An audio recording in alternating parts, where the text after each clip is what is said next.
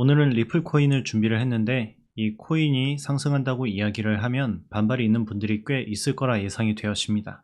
하지만 제가 제시해드리는 이 가이드를 들어보시고 괜찮다고 판단되는 분들은 리플에 투자를 했을 때 안정적인 수익이 나올 수 있다는 걸 분명히 아실 수 있을 겁니다. 저는 정보 기반의 매매보단 차트 중심의 매매를 하기 때문에 이 부분을 참고해서 시청을 해주시고요.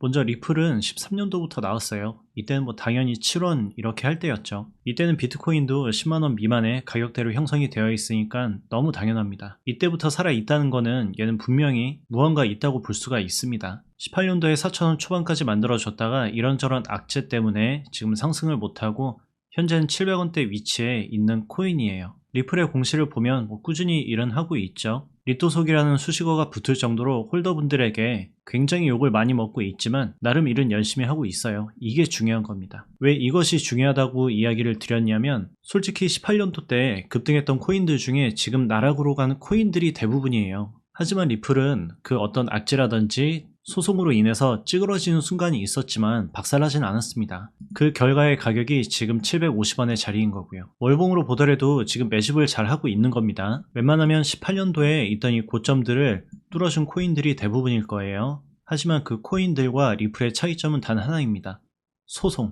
소송에 걸린 적이 있는 코인은 리플밖에 없어요. 솔직히 저는 개인적으로 리플이 소송이 걸리면서 리플이 상패당하고 모든 알트코인들이 쏟아지지 않을까 하는 걱정은 있었습니다. 당연하죠. 리플에 속았던 사람들은 무조건 이 생각을 했을 겁니다. 하지만 리플은 그 소송에 대한 악재도 가볍게 견뎌주고 급등을 보여줬습니다. 그리고 지금 등락을 거치면서 750원대에 지금 안착을 하고 있는 모습이에요. 리플 홀더분들 중에 지금 이런 자리에도 물려있는 분들도 있을 거고 이 정도 자리 아니면 이 정도 자리 이 세 가지 포인트 자리가 굉장히 많을 겁니다. 하지만 전 개인적으로 리플은 끝나지 않을 코인이라고 보여져요. 무작정 맹신하는 게 아니라 일단 차트가 그렇습니다. 매집이 아주 훌륭하게 되어 있는 차트 중에 하나예요. 그리고 제가 리플을 준비한 이유는 단기적인 급등이 나올 거라는 걸 예상을 하고 접근하라는 뜻이 아니고 우리가 가슴에 손을 얹고 생각을 해볼게요. 비트코인, 이더리움, 리플, 에이다. 전 솔직히 이 네 가지 코인 중에 전부 다 살아남을 거라고 생각은 하진 않습니다. 정말 현실적으로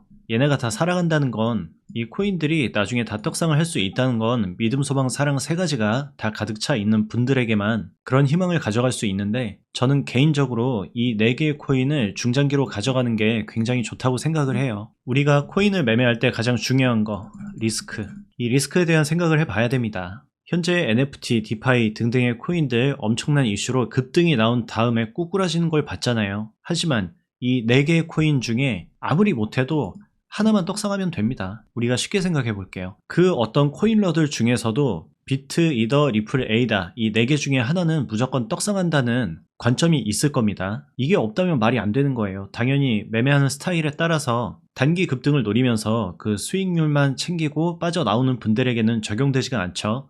하지만 리스크에 대한 걸 생각을 해본다면 상승의 여력이 있는 코인들과 결국에는 살아남을 수 있는 코인 이 두 가지를 생각을 해봐야 된다는 거죠. 솔직히 이 4개 중에 하나는 전 무조건 살아남을 거라고 생각을 합니다. 이 4개가 다 부러지는 순간엔 그냥 코인 시장은 그냥 끝난다고 보시면 돼요. 왜냐면 이 4개의 코인은 강력한 의미가 있습니다. 먼저 비트코인 자체는 개발자가 누군지 몰라요. 소송에 걸릴 이유가 없습니다. 그리고 이더리움 생태계를 가지고 만들어진 코인들이 굉장히 많죠. 그리고 리플, 금융권에 이용이 될 겁니다. 그리고 에이다는 양자 컴퓨터가 개발되더라도 해킹 당하지 않을 그 기술력에 대한 연구를 하고 있는 팀이니까 이 4개 중에 하나는 무조건 떡상합니다. 솔직히 지금 여기에 1000만원씩 투자를 하게 된다면 이 3개가 망하더라도 이 하나가 떡상을 한다면 나머지 3천만원 우습게 세이브 하겠죠. 지금 제가 말하는 미래는 1, 2년 뒤가 아니에요. 훨씬 더 긴 미래입니다. 당연히 이 코인들의 전재산 몰빵하라는 뜻은 아닌 거 아시잖아요.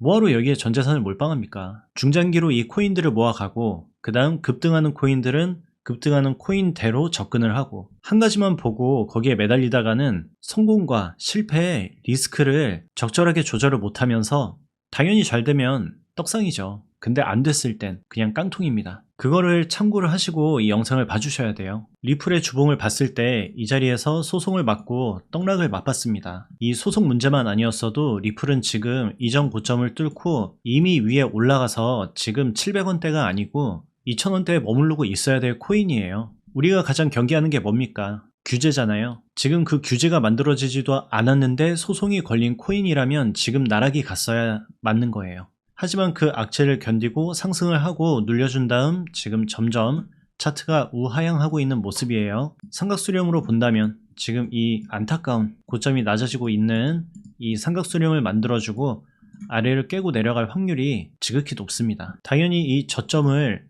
뚫고 내려올 수 있는 가능성도 충분히 존재를 하죠. 그러니까 이 코인을 지금 접근하는 게 아닙니다. 충분히 더 떨어졌을 때 그때부터 접근을 해야 된다는 거예요. 지금 제가 이런 자리나 아니면 이런 자리에서 접근하라고 이야기를 하는 게 아니잖아요. 그쵸?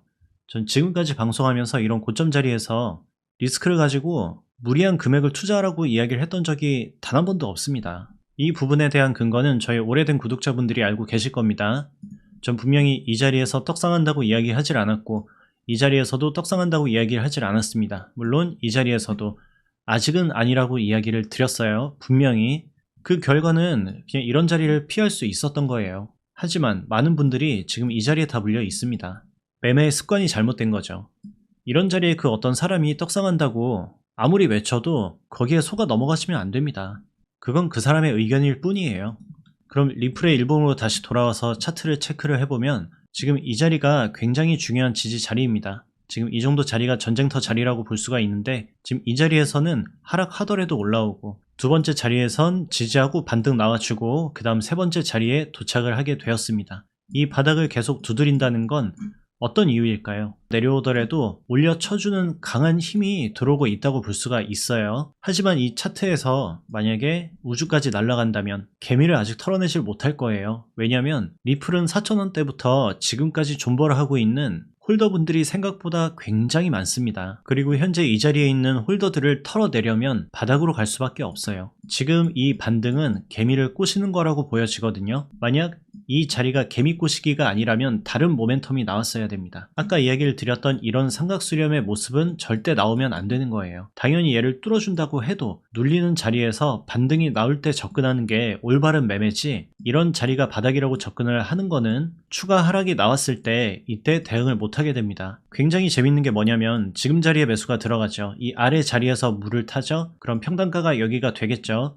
그럼 평단가 주지 않고 또 떨어집니다. 신기하게 그래요. 저는 항상 우리 구독자분들한테 이야기를 드리죠. 상승하는 모멘텀을 확인을 하고 매매를 하라고. 하지만 리플은 그 상승하는 모멘텀을 확인하지 않아도 지금 제가 이야기를 드렸던 그 저점의 추세가 깨지게 된다면 그 자리에서부터 중장기 매매가 가능합니다. 당연히 비트코인의 위치도 같이 확인을 해봐야 되겠죠. 제가 분석을 한 결과로는 지금 260원 자리와 550원 자리가 굉장히 중요한 자리라고 보여집니다. 지금 260원이 오면 그때는 그냥 때려 넣어도 돼요. 당연히 분산 투자는 들어가야 되겠죠. 하지만 550원 자리도 충분히 메리트가 있습니다. 중장기로 1차가 들어가고 중장기로 2차가 들어가도 상관이 없어요. 하지만 매매를 신중하게 하는 분들에게는 이 550원에 대한 지지가 나오는지 이탈이 나오는지 그거를 확인을 하고 이 자리에서 일어나는 그 모멘텀을 확인을 하고 매매를 해도 늦지 않습니다. 왜냐면 제가 생각하는 최악의 흐름으로 진행이 되었을 땐 리플이 400원 미만으로 내려올 가능성이